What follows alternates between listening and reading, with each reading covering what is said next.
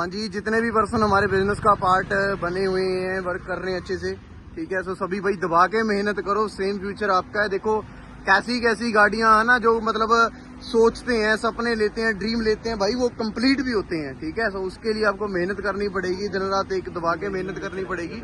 23 देखो दीप जी है हमारे, है ना, ठीक है। मैं कहता हूँ यार अमेजिंग, बहुत अच्छा फ्यूचर आप सभी का। बस दबा के मेहनत करो, कंटिन्यूसली मेहनत करो, कुछ भी हो जाए जिद्द बना के काम होता है। ये जिद्दी लोगों का काम है, कोशिश करने वालों का काम नहीं है कि जी मैं कोशिश कर रहा हूँ, है ना, मैं ये इसके लिए कोशिश कर रहा हूँ। कोशिश ही नहीं भाई, अगर ये ऐसे ड्रीम्स कंप्लीट कर रहे हैं ना, ठीक है, तो आप बोलते 2cc 3 लाख के, तो भाई लाइव लीड दबाए हैं 3 लाख के, ठीक है। तो दबा के मेहनत करो सभी अच्छे से, ठीक है। काम करो, नाम करो, ठीक है, खींच के चलो काम को सभी, ठीक है। आने वाला सेम फ्यूचर भाई आप सभी का सेम है। तो बाकी बेस्ट ऑफ लक है, my all for ever family. करवा दो बल्ले बल्ले आप सभी, थैंक यू सो मच।